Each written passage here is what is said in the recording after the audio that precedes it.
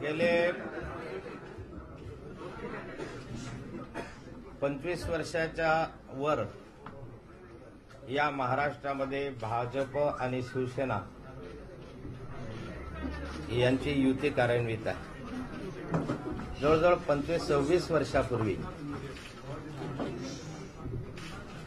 आदरणीय बाळासाहेब ठाकरे, प्रमोदजी महाजन आणि गोपीनाथ मुंडे या तिघांनी आणि सर्व सहकार्य मिळून त्या कालखंडामध्ये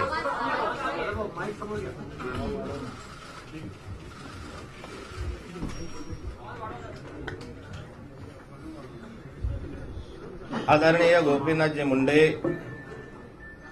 आदरणीय बाळासाहेब ठाकरे, आदरणीय प्रमोद महाजन या तिघ आणि त्यांचे सहकारी त्या कालखंडामध्ये यांनी बसून या महाराष्ट्रामध्ये भाजप आणि शिवसेनेची महायुती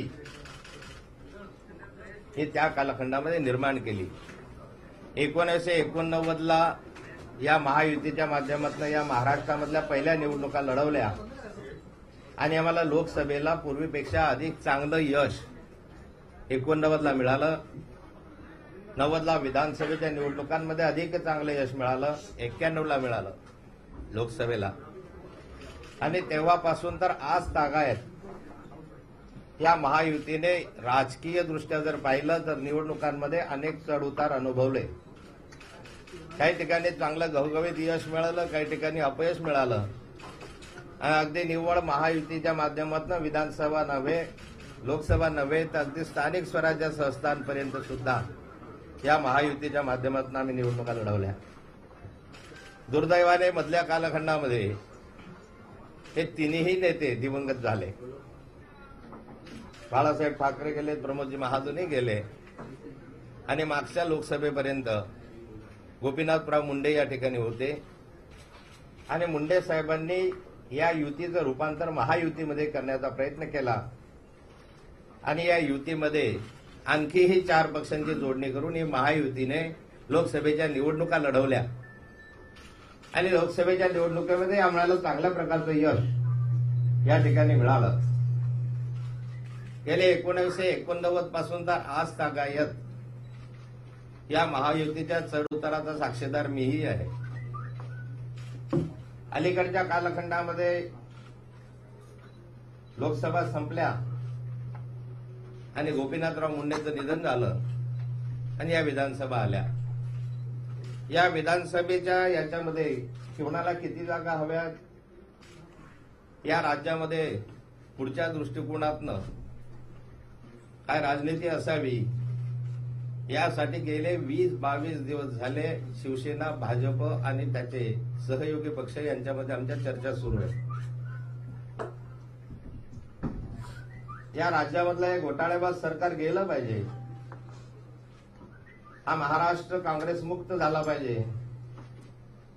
या दृष्टिकोनातनं महायुतीमधल्या घटक पक्षांसहित सर्वांना समान न्याय आणि सर्वांना चांगला सन्मान मिळाला पाहिजे या दृष्टीने या चर्चा होत्या. दुर्दैवाने शिवसेनेच्या माध्यमातून या चर्चेमध्ये एका विशिष्ट आकड्यापुरती मर्यादित किंवा त्याच्या भोवती ही चर्चा फिरत राहिली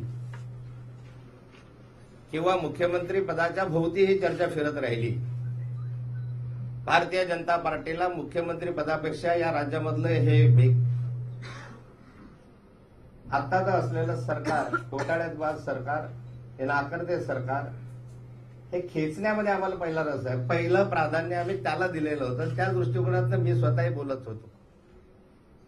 परंतु दुर्दैवाने या चर्चेमध्ये जे काही प्रस्ताव शिवसेनेकडनं भारतीय जनता पार्टीकडे आलेत त्यामध्ये जागांचा जो प्रस्ताव आला त्याच्यामध्ये मूळ काही जागा आमच्या कमी होत होत्या, काही जागा आमच्या घटक पक्षांच्या कमी होत होत्या आणि त्या माध्यमातून आमच्या 119 जागा तर आम्ही पूर्वीपासून लढवतच होतो. आणि त्या माध्यमातून ह्या चर्चेच्या भोवती फिरत असताना आमच्या महायुतीमधल्या घटक पक्षांनाही आम्ही न्याय देऊ शकत नव्हतो. भाजपचंही त्यात समाधान होऊ शकत नव्हतं. अशा विचित्र अवस्थेमध्ये ह्या चर्चा दिवसाभरातून 2 वेळा होत का 3 वेळा होत, तासभर होत का 4 तास हो, पण शेवटी त्यातनं काही निष्कर्षाप्रत येऊ शकत नव्हतो, अशी स्थिती होती. आणि आता वेळ अगदी कमी आहे. महाराष्ट्रातील सर्व पक्षांचे कार्यकर्ते या दृष्टिकोनामध्ये निर्णय होणार घ्यावा. आणि आता अगदी परवा दिवशी फॉर्म भरायची मुदत संपते आहे आणि त्यामुळे कुठल्या तरी निर्णयापर्यंत आपण आलोच पाहिजे, यासाठी आमची आज ही बैठक झाली. आमच्या केंद्रीय नेतृत्वाने ही युती टिकली पाहिजे अशा स्वरूपाचे संकेत यापूर्वीही दिलेले होते, परंतु त्यांनी हा निर्णय कोर समितीवर सोपवला होता. आम्ही या संदर्भामधली कुठलीही कटुता न येता, कुठल्याही प्रकारचा ताणतणाव निर्माण न होता सुटावा असा प्रयत्न केला. दुर्दैवाने त्या प्रयत्नाला आम्हाला यश येऊ शकलेलं नाही. आमचे प्रयत्न शेवटच्या क्षणापर्यंत सुरू आहेत आणि आताही या ठिकाणी येत असताना माननीय उद्धवजींशी मी स्वतः बोललो, त्यांच्याशी चर्चा केली आणि त्यांच्याही कानावर आमच्या बैठकीमध्ये जी काही चर्चा झाली ती मी त्यांच्या कानावर घातलेली आहे. पुढचं देवेंद्रजी आपल्यासमोर मांडतील.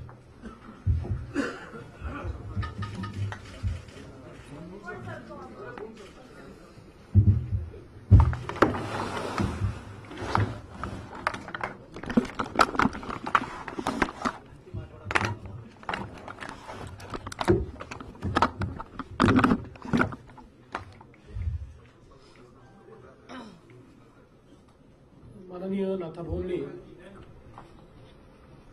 संपूर्ण भूमिका आपल्यासमोर मांडली आहे. मुळामध्ये जी काही चर्चा सर्व चालली होती त्या चर्चेच्या मागचं ध्येय एकच होतं की महाराष्ट्राला काँग्रेस आणि राष्ट्रवादी काँग्रेसपासून मुक्त करायचं आहे. आणि त्या दृष्टीने महायुतीला प्रचंड मोठं यश मिळालं. तीच महायुती पुढे देखील यशाकडे गेली पाहिजे. विशेषतः जे घटक पक्ष महायुतीमध्ये सामील झाले ते घटक पक्ष आमच्यावर विश्वास ठेवून महायुतीमध्ये आले होते. आमचे स्वर्गीय नेते गोपीनाथरावजी मुंडे यांनी प्रयत्नपूर्वक स्वाभिमानी शेतकरी संघटना असेल, राष्ट्रीय समाज पक्ष असेल, शिवसंग्राम असेल, यांना या महायुतीमध्ये आणलं होतं. आणि त्यामुळे जोही काही निर्णय घ्यायचा आहे तो निर्णय घेत असताना या सर्वांना सोबत ठेवावं, यांना अकोमोडेट करावं, अशा प्रकारचा आमची आग्रही मागणी होती, अशी भूमिका देखील होती. परंतु ज्याचा उल्लेख नाथाभाऊंनी केला की एका आकड्याच्या आजूबाजूलाच सर्व चर्चा फिरत असल्यामुळे शेवटी महाराष्ट्रातल्या जागा 288च आहेत. कधी प्रस्ताव यायचा तर आमच्या जागा कमी व्हायच्या, कधी प्रस्ताव यायचा तर घटक पक्षांच्या जागा कमी व्हायच्या आणि शेवटी घटक पक्षांमध्ये देखील अविश्वासाचं वातावरण हे तयार होताना आम्हाला दिसलं.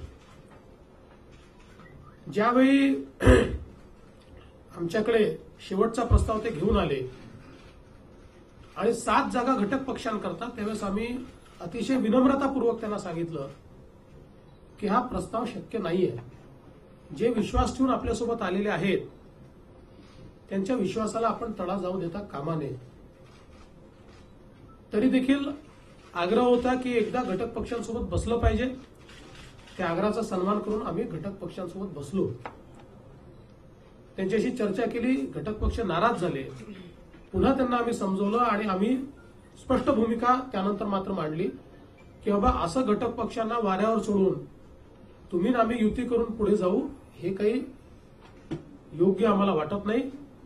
आमच्या विश्वासावर ही पक्ष मुंडे साहेबांनी या आमच्या महायुतीमध्ये आणलेली आहेत आणि त्यामुळे त्यांना सोबत घेऊनच पुढे गेलं पाहिजे. आणि म्हणून हा सगळा आज देखील दिवसा एक प्रस्ताव ते नव्यानं घेऊन आले आणि त्या प्रस्तावामध्ये परत कुठलाच बदल नाही. म्हणजे एखादी गोष्ट अशा प्रकारे मांडायची किंवा तशा प्रकारे मांडायची, पण गोष्ट तीच मांडायची. आणि दुसरी गोष्ट अशी होती की फ्लेक्झिबिलिटी नाहीच. आम्ही हे ठरवलेलं आहे. हे ठरवल्यामध्ये तुम्हाला जर काही म्हणायचं असेल तर तुम्ही सांगा, त्याच्यामध्ये ऍडजस्ट करायचं असेल तर सांगा. आम्ही सातत्याने सांगत होतो की आपलं ध्येय जे आहे हे काँग्रेस आणि राष्ट्रवादी काँग्रेसला या महाराष्ट्रातनं घालवणं हे आपलं ध्येय आहे. आणि त्यामुळे फ्लेक्झिबिलिटी आम्ही ठेवू, तुम्ही ठेवा. पण मला असं वाटतं की ती काही होऊ शकली नाही. आणि म्हणून आज आमच्या कोर कमिटीमध्ये आम्ही बसलो, त्यांच्या शेवटच्या प्रस्तावावर आम्ही चर्चा केली. त्याही संदर्भात अकारण संभ्रम निर्माण करण्याचा प्रयत्न झाला. सकाळी विनोदजी आणि मी 1-1.5 तास त्यांच्याशी चर्चा केल्यानंतर आम्ही त्यांना सांगितलं की आता कुठलाही निर्णय करायचा असेल तर नाथाभाऊ गावामध्ये नाहीत, पंकजाताई नाहीत, सुधीर भाऊ नाहीत. आम्हाला त्यांना तातडीनं बोलवावं लागेल. ते आल्यानंतर त्यांच्याशी चर्चा करूनच आम्ही निर्णय करू. नाथाभाऊ एअरपोर्टवर उतरल्यावर नाथाभाऊंचा फोन आला की मी एअरपोर्टवरून निघालो, तुम्ही तातडीनं B4ला या. आणि म्हणून आम्ही आशिष शेलार यांना सांगितलं की तुम्ही जाऊन सांगा की नाथाभाऊ आल्यात, आम्ही त्यांच्याशी चर्चेला चाललो. आणि असं सांगून आम्ही आलो, खाली आपल्याशी भेटलो. आपल्याला देखील आम्ही तेच सांगितलं की आम्ही B4ला चर्चेकरता चाललो. आणि आम्ही थेट या ठिकाणी B4ला आलो. तिथेही माध्यमांनी आम्हाला बघितलं. पण त्याच्यावर जणू काही आम्ही वाट पाहायला लावली, आम्ही बसवून ठेवलं. अशा प्रकारचं मला असं वाटतं की शेवटी आमच्या मनातला भाव हा आहे की इतके वर्ष आम्ही मैत्रीत राहिलो आहोत, सोबत राहिलो आहोत. आणि मैत्री यापुढे संपते असं नाही, मैत्री ही जन्मभराचीच असते. पण आज आम्ही असं ठरवलंय की जे ध्येय आम्हाला गाठायचं आहे ते ध्येय गाठत असताना जे मित्र आमच्या सोबत आहेत त्यांना घेऊन आमच्या मार्गाने आम्ही ध्येय गाठण्याचा प्रयत्न करू. आणि त्यामुळे तोच निर्णय आज आम्ही त्यांना कळवलाय. आम्ही याही ठिकाणी स्पष्ट करतो की शेवटी विचारांच्या आधारावर तयार झालेली एखादी युती, त्याच्यामध्ये आपापल्या मार्गाने आपण चालायचं ज्यावेळेस ठरवतो त्यावेळी मनाला अतिशय वेदना होतात, दुःख होतं. पण शेवटी वेळेची मर्यादा ही प्रत्येकाला आहे. आणि तेच प्रत्येक वेळी प्रस्ताव आणि त्यातनं घटक पक्षांमध्ये एक प्रकारचा ताणतणाव किंवा त्यांच्यात अविश्वासाची भावना. परवा फॉर्म भरायची शेवटची तारीख आहे, पण त्या संदर्भातली अनिर्णयाची स्थिती, यातून शेवटी काँग्रेस राष्ट्रवादी काँग्रेसलाच फायदा होईल हे लक्षात आल्यानंतर आम्ही आमचा मार्ग धरलेला आहे. आमच्या मित्रपक्षाबद्दल किंवा शिवसेनेबद्दल आमच्या मनात नेहमीच मैत्रीची भावना आहे, ती पुढे देखील राहील. कुठलीही कटुता आमच्यामध्ये येऊ नये असाच आमचा प्रयत्न असेल. निवडणुकीच्या दरम्यान देखील आम्ही कुठलीही टीका त्यांच्यावर करणार नाही. कोणी जर टीका केली तर त्याला आमचं तर मत असं आहे की उत्तर देण्याचं कारण नाही. याचं कारण अतिशय स्पष्ट आहे की आमचं ध्येय काय आहे. तर ध्येय काँग्रेस आणि राष्ट्रवादी काँग्रेस मुक्त महाराष्ट्र करणं हे ध्येय आहे. आणि त्याच ध्येयाकडे आम्ही नेटाने अग्रसर होऊ हा निर्णय आम्ही घेतलेला आहे. माननीय जानकर साहेब या ठिकाणी आहेत, ते 2-3 घटक पक्षांच्या वतीनं या ठिकाणी आलेले आहेत. त्यांच्याशी आम्ही चर्चा करून साधारणपणे आमची जी युती आहे ती त्यांच्याशी आम्ही घट्ट केलेली आहे. माननीय राजू शेट्टी साहेबांचा जो स्वाभिमानी शेतकरी संघटना आहे त्यात राजू शेट्टी साहेब आणि सदाभाऊ खोत यांच्याशीही चर्चा करून जागा वाटप आम्ही आज निश्चित केलेलं आहे. त्यासोबत शिवसंग्रामचे मेटे साहेब यांच्यासोबतही जवळपास आम्ही फायनल स्टेजेसला आहोत. त्यांना फॉर्म भरायला जावं लागल्यामुळे एखाद्या जागेवर आता आमचं बोलणी चालली आहे, ते देखील आमचं पूर्ण झालेलं आहे.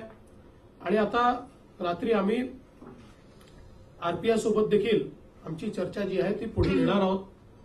आणि ही महायुती आमची कायम राहील. या महायुतीच्या माध्यमातून आम्ही निवडणुका लढू असा आम्ही निर्धार केलेला आहे.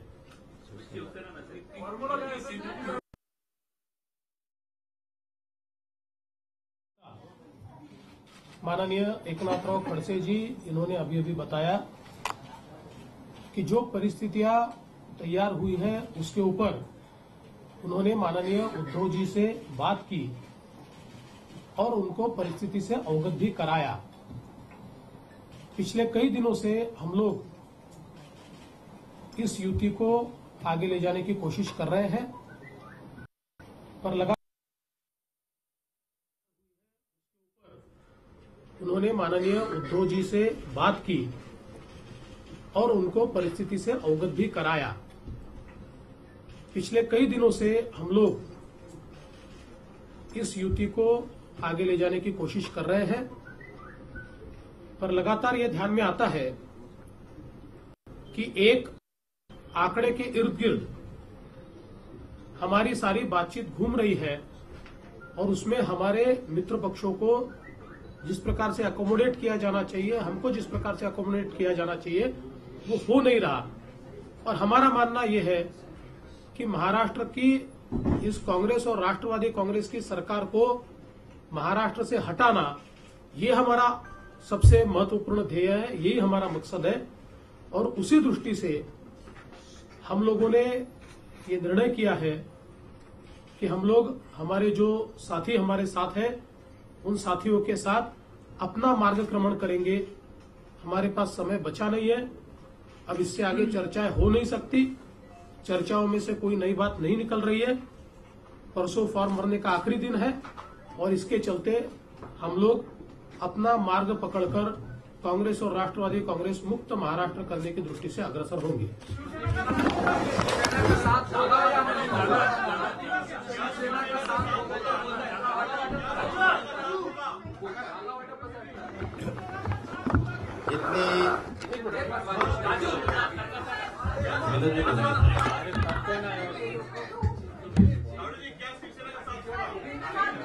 पहिले और 2 निवेदन हैं, त्यानंतर सगळ्या प्रश्नाची उत्तरं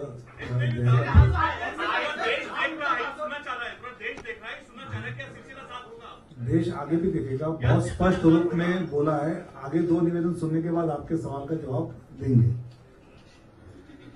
मला वाटतं की आदरणीय नाथाभाऊ असतील, आदरणीय देवेंद्रजी असतील, यांनी भूमिका खूप स्पष्ट केली आहे की महायुती टिकावी, पुढे चालावी, यासाठी महाराष्ट्रातील अनेकांचे विविध क्षेत्रातले सामान्य माणसापासून ते विविध क्षेत्रातल्या मान्यवर व्यक्तींचा आग्रह होता आणि त्यामुळे स्वाभाविकपणे बरेच दिवस, जसं 22 दिवसाचा उल्लेख केला, ही सगळी चर्चा सुरू होती। महाराष्ट्र की राजनीति में आने वाले कई सालों में ये बहुत बड़ा बदलाव होगा और जिस तरह से अगर ये अलग हो जाते हैं तो इसका पूरा असर, फायदा कांग्रेस और शिवसेना, कांग्रेस और एनसीपी को चुनाव में मिल सकता है। जी बिल्कुल, ये बताएं कि छोटे दलों को लेकर क्या फैसला किया गया है, क्योंकि यहाँ पर हमने देखा कि बीजेपी की प्रेस कॉन्फ्रेंस में बाकायदा ये बात कही गई कि छोटे दलों को हम नहीं छोड़ेंगे। जो 4 घटक थे उनके बारे में देखिए, छोटे जो दल हैं उनको बीजेपी अपने साथ रखना चाहती है। इनमें से महादेव जानकर है, राष्ट्रीय समाज सेवा पक्ष, वो उनके साथ में है। साथ ही में अच्छा खासा मराठा वोट बैंक है शिव संग्राम पार्टी का,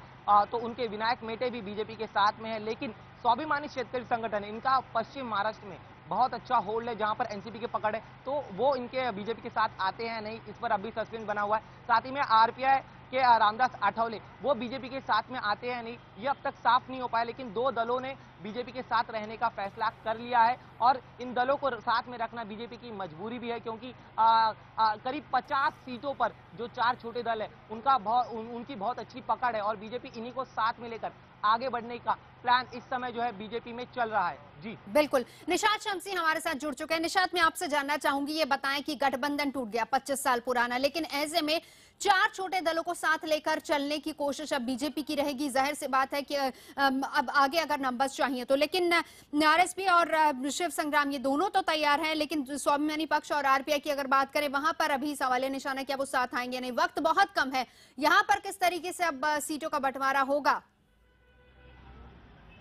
बिल्कुल, देखिए नवजोत, कहीं ना कहीं अब 48 घंटे का वक्त बचा है, 2 दिन बचे हैं नॉमिनेशन फाइल करने का। लेकिन एक बात जो है, रही बात जो 4 छोटी पार्टियां हैं, देखिए रामदास अठावले फिलहाल अब मातोश्री में मौजूद हैं, यहाँ पर उनकी मीटिंग चल रही है उद्धव ठाकरे के साथ। उन्होंने एक तरह से कहें ये साफ कर दिया है कि 70 से 75 सीटों पर वो अपने कैंडिडेट खड़ा कर सकते हैं और इतना बड़ा स्पेस शायद उनको शिवसेना की तरफ से मिल सकता है। इस आश्वासन के तहत वो यहाँ पर आए हैं। स्वाभिमानी शेतकरी संगठन के जो राजू शेट्टी हैं, उन्होंने अभी तक अपना जो कहें अपनी बात नहीं कही है। देखिए बड़े नेता है वो, चूंकि जो पश्चिम महाराष्ट्र जहां पर कॉर्पोरेशन से जुड़े लोग हैं, खासतौर से गन्ना किसान और दूध उत्पादन से जुड़े जो किसान हैं, उन पर उनकी बहुत जबरदस्त पकड़ है। लेकिन इस बात की संभावना कम ही है कि वो उद्धव ठाकरे के साथ जाएंगे, क्योंकि वो फिलहाल खुद सांसद हैं और कहीं ना कहीं उनको बीजेपी अपने साथ रखना चाहती है, क्योंकि जितनी भी सीटें उनको चाहिए, क्योंकि जितनी भी छोटी सीटें पार्टी है उसमें सबसे ज्यादा मजबूत अगर कोई पार्टी है तो वो स्वाभिमानी शेतकरी संगठन है, और उनका अपने साथ लाना बीजेपी के लिए बहुत जरूरी है। और इस बात की पूरी संभावना है कि तकरीबन 50 से 55 सीटों पर मिलजुल कर वो लड़ने की तैयारी करें, जो छोटी पार्टियों को एकोमोडेट करने की कोशिश करें। जो महादेव जानकर हैं, धनगर समाज के हैं, 16% वोट है उनका यहाँ पर पूरे महाराष्ट्र में, और कहीं ना कहीं एक इंपॉर्टेंट फैक्टर माना जाता है, क्योंकि हाल में जिस तरह से आरक्षण आया है उसमें धनगर समाज ने कई बार विरोध किया है, कई बार यहाँ पर आकर उसने प्रोटेस्ट किया, लेकिन बावजूद इसके जब सरकार की तरफ से उन्हें कोई आश्वासन नहीं मिला, तब उन्होंने अपना एक अलग पक्ष बनाया, और उसके बाद जिस इलाके से आते हैं महादेव धानकर, बारामती, वहां पर उन्होंने सुप्रिया सुले को काफी ज्यादा परेशान किया, और शायद यही वजह थी कि जो उनका वोट प्रतिशत था बहुत कम हुआ और जीत का मार्जिन 60,000 तक आ गया। तो जाहिर तौर पर ये तमाम जो छोटी पार्टियां हैं बेहद इंपॉर्टेंट है, जरूरी है इन बीजेपी के लिए, क्योंकि अब चुनाव में उनको कहीं ना कहीं 288 कैंडिडेट के साथ उतरना है। बड़ी लड़ाई है उनके साथ, ना सिर्फ शिवसेना कांग्रेस एनसीपी के साथ, बल्कि उनको अब अपनी पुरानी सहयोगी शिवसेना से भी लड़ना है। तो अब जो एक तरह से नई रणनीति के तहत बीजेपी अब सामने आएगी। हालांकि अभी तक मातोश्री से कोई भी आवाज नहीं आई है कि किस तरह का अब वो अपना रुख अपनाएंगे, लेकिन उम्मीद है कि कुछ देर बाद उद्धव ठाकरे भी अब मीडिया से मुखातिब होंगे, अपनी जो पूरी रणनीति है कुछ देर में सामने लाएंगे। जाहिर सी बात है, क्योंकि सुबह उद्धव ठाकरे की तरफ से ये बात भी कही गई थी कि क्योंकि सीटों को लेकर बात बनती नजर नहीं आ रही है, और बीजेपी की तरफ से कब इस बात की का ऐलान किया जाएगा कि गठबंधन है या फिर नहीं है, क्योंकि गेंद जो है वो बीजेपी के पाले में उद्धव ठाकरे ने डाली थी। ये बताएं, आपसे जानना चाहेंगे निशात, अब ये बताएं कि बीजेपी का अब अगला कदम क्या होगा अगर छोटी पार्टियों को साथ लेकर चलती है, और उन चारों पर सबसे ज्यादा नजर होगी, उन चारों घटकों पर सबसे ज्यादा नजर होगी। जाहिर सी बात है कि वो भी नेगोशिएट करेंगे। अब किस तरीके से आगे बढ़ेगा अब ये अगला अलायंस, जिसको हम अलायंस 2 की अगर हम बात करें तो? देखिए जो अलायंस रणनीति की बात करें तो ये कल ही रात में डिसाइड कर लिया था बीजेपी ने कि अब वो शिवसेना के साथ नहीं जाएगी, क्योंकि कल देर रात जब एक मीटिंग बुलाई गई थी, जब दिवाकर राउते और तमाम जो बड़े नेता हैं शिवसेना के वो वहां पर गए थे, तो नया फॉर्मूला जो शिवसेना की तरफ से आया था उसमें भी यही बात थी कि वो 151 पर लड़ेंगे। उसके नीचे आपको जिसको भी देना है आप दे सकते हैं, और आपको जितनी भी चाहिए सीटें आप इन छोटी पार्टियों से बात कीजिए। तो ये फॉर्मूला जो था बार बार कहीं ना कहीं एक तरह से बाधा बन रहा था, लेकिन अब जो छोटी पार्टियां हैं उन्होंने साफ कर दिया है कि वो शिवसेना के साथ नहीं जा सकती, क्योंकि जाहिर तौर पर जिस तरह से लोकसभा चुनाव में बीजेपी का परफॉर्मेंस रहा था और जिन जिन जगहों पर इनके सांसद जीत कर आए हैं वहां पर इन छोटी पार्टियों ने बेहद अहम रोल अपनाया है। इनका एक बड़ा जो वोट प्रतिशत है वो इनके साथ आया है, और पहली बार ऐसा था कि जब जो यहाँ पर जो दलित वोट था रामदास अठावले के साथ लाने के कारण वो भी पहली बार एक तरह से कह सकते हैं शिवसेना बीजेपी के साथ गया। तो तमाम लोगों को तकरीबन 50 से 55 सीटों में निपटाने की कोशिश जरूर करेगी बीजेपी, उन जगहों पर जहां पर भी इनकी पकड़ है, खासतौर से पश्चिम महाराष्ट्र, नागपुर के कुछ इलाके हैं, खास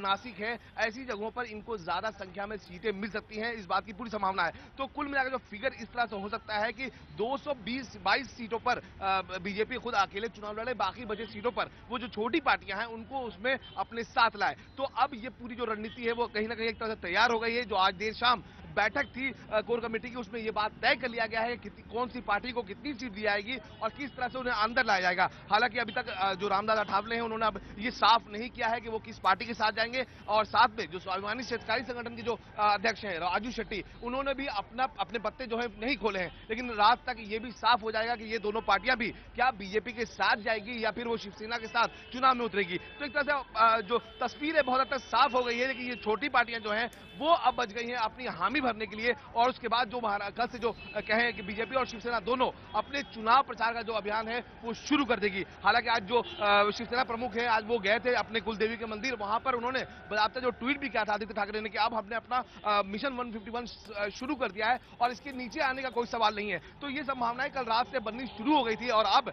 आज देर शाम तक ये ऐलान कर दिया गया, चूंकि कांग्रेस और दूसरी जो पार्टियां हैं उन्होंने अपने कैंडिडेट्स को उतार दिए हैं, उनकी लिस्ट जारी हो गई है, कई उनके जो उम्मीदवार हैं उन्होंने अपने पर्चे तक भर दिए हैं। लेकिन शिवसेना बीजेपी अभी तक इसी बात को लेकर उलझी हुई थी कि आखिर कौन सी पार्टी कितनी सीटों पर लड़ेगी, कहां पर इनकी जो सीट स्वैपिंग है वो होगी। तो ये तमाम सवाल के जवाब जो है अब कहें तो एक तरह से मिल गया है। अब कुछ देर कहें तो कुछ घंटों में बीजेपी अपनी पहली लिस्ट जारी करने वाली है। जो उन्होंने पहली लिस्ट तैयार की थी वो जारी करेगी और उसके बाद जो अपना जो चुनाव प्रचार है वो उसका शुरुआत करेगी। नवजोत, यानी कि कुछ ही देर में अगर हम कहें कि पहली लिस्ट बीजेपी की तरफ से आएगी, जिसमें आप जो फॉर्मूला बता रहे हैं वो बीजेपी अपनी तरफ से 222 पर लड़ सकती है और बाकी की जो सीटें हैं वो घटकों के लिए रख सकती हैं। लेकिन ये बताएं कि 4 घटक है जिनमें से आप बता रहे हैं कि आरपीआई जो है वो अब कम से कम 70 से 75 सीटें जाएगी, जो कि शिवसेना उनको दे सकती है। अगर ऐसा होता है, अगर यही डिमांड बीजेपी से की जाती है, तब क्या रुख रहेगा बीजेपी का?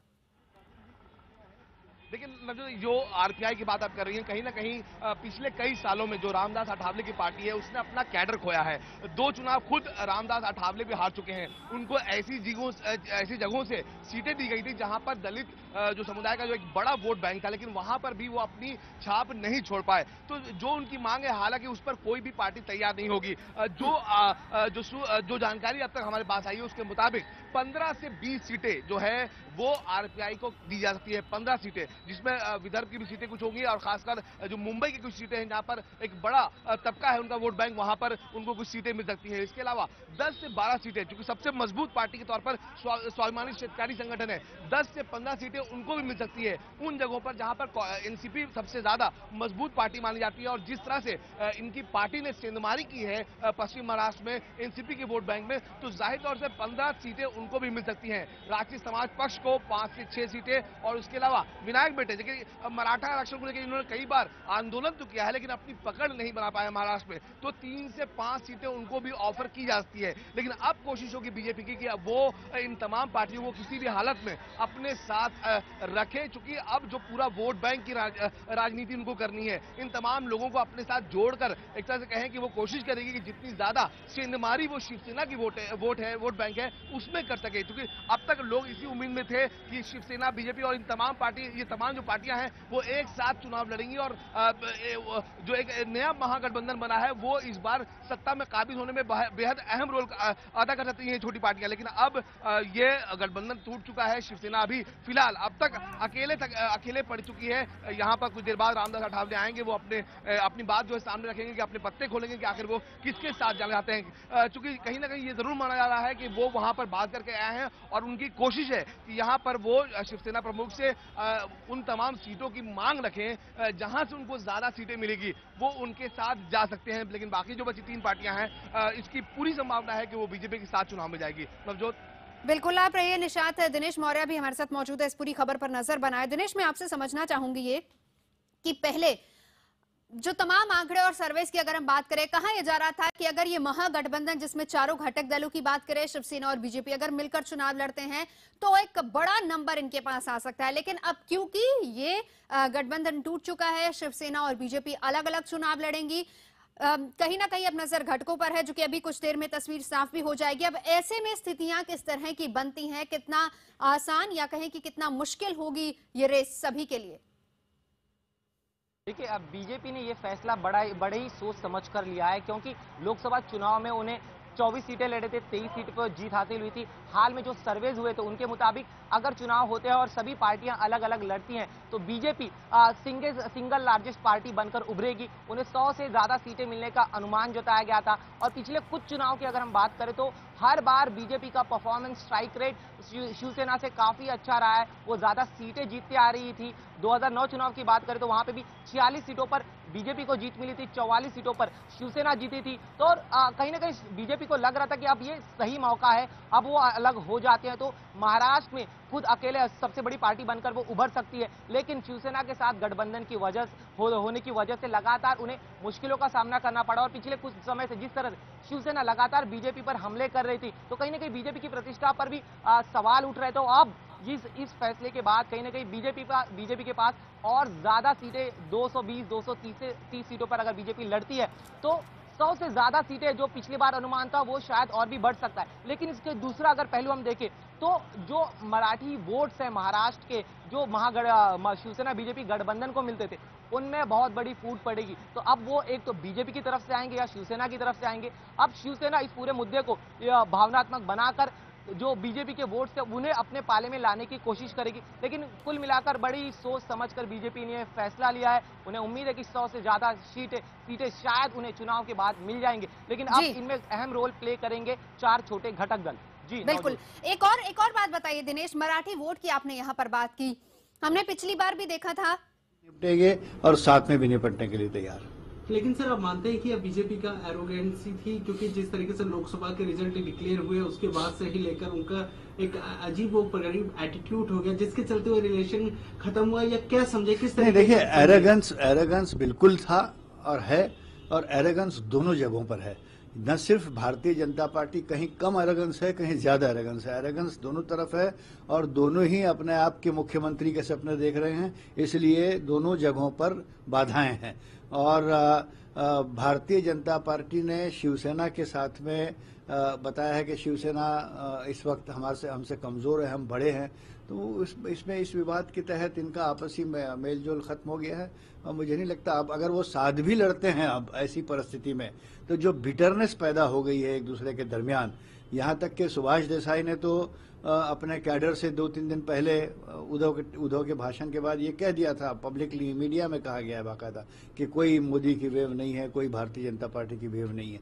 तो ये जब इस तरह की कड़वाहट आपस में आ गई है, तो अगर इनकी युति बनी भी रहती है तो मुझे नहीं लगता कि इनकी युति को कोई सफलता मिल सकती है। इसका बेनिफिट मिलेगा आप लोगों को? देखिए, बेनिफिट हम किसी का निगेटिव बेनिफिट लेना नहीं चाहते। हम अपने काम, अपनी शक्ति और अपने आधार पर चुनाव जीतेंगे। शरद पवार जी के नेतृत्व में राष्ट्रवादी कांग्रेस पार्टी की जो पकड़ है महाराष्ट्र में, वो आज से नहीं पिछले 40 साल से है, और मुझे विश्वास है कि राष्ट्रवादी पार्टी। तो चलिए, एनसीपी की तरफ से प्रतिक्रिया आ रही थी, हालांकि फायदा होगा नहीं होगा इस पर हम चर्चा करेंगे। हमारे साथ हमारे दोनों संवाददाता मौजूद है। दिनेश, मैं आपसे जानना चाहूंगी, मराठी वोट की आप बात कर रहे थे, यहाँ पर एक और चीज खास है कि मराठी वोट वो कहाँ जाएगा, इसको लेकर एमएनएस का भी रोल काफी अहम हो सकता है, क्योंकि अगर लोकसभा चुनावों में एमएनएस साथ आ सकती है तो यहाँ पर हम ये कहें कि अब बीजेपी एमएनएस को खुलकर अपने साथ ले सकती है, वहां पर रुख कैसा रहेगा? देखिए, एमएनएस बीजेपी की रणनीति का एक और हिस्सा है। अगर चुनाव के बाद उन्हें एमएनएस की जरूरत पड़ेगी तो नितिन गडकरी उनके पास एक ऐसे नेता है जो राज ठाकरे को बीजेपी के साथ ला सकते, तो वो उनका एक पहलू जरूर है। लेकिन अगर मराठी वोटों की बात करें तो अब उसमें बहुत बड़े पैमाने पर वोटों का बंटवारा होगा अब तक। और राज ठाकरे भी, इनका गठबंधन टूटने से एक फायदा राज ठाकरे को भी होगा, क्योंकि मराठी वोटों का जो ध्रुवीकरण उन्होंने किया था पिछले कुछ सालों में, मराठी वोट राज ठाकरे के हाथ से छूट गए थे। लेकिन अब वही मराठी वोट शिवसेना, बीजेपी और एमएनएस में बंटवारा होगा, तो इसका फायदा कांग्रेस एनसीपी को मिल सकता है, क्योंकि वो हमेशा से अपने आप को सेकुलर दिखाने की कोशिश की है। और जो मराठी वोट मराठी अस्मिता के नाम पर शिवसेना, बीजेपी को मिलते थे, अब उनमें बड़े पैमाने पर बंटवारा हो सकता है, और इसका पूरा फायदा उठाने की कोशिश कांग्रेस एनसीपी की तरफ से हो सकती है, क्योंकि उन्हें पता है कि एक बहुत बड़ा वोट बैंक मराठी अस्मिता के नाम पर शिवसेना बीजेपी के साथ जुड़ा था।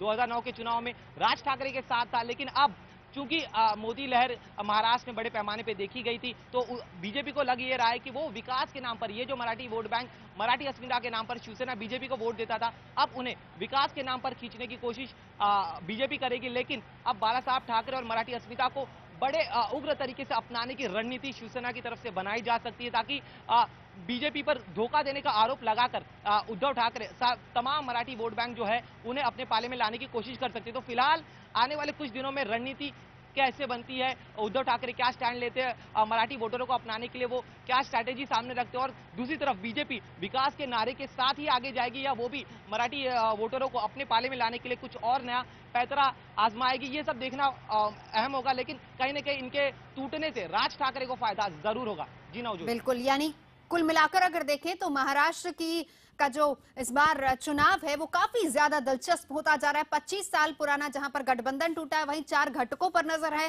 किधर जाएंगे तस्वीर अभी साफ नहीं हो पाई है। एमएनएस का रुख क्या रहेगा उस पर भी तस्वीर अभी क्लियर नहीं है, और क्या इसका फायदा कांग्रेस और एनसीपी को मिलेगा इस पर भी रहेगी नजर। फिलहाल एक छोटे से ब्रेक के लिए यहां पर हम रुकेंगे, बड़ी खबर पर नजर बनी हुई है।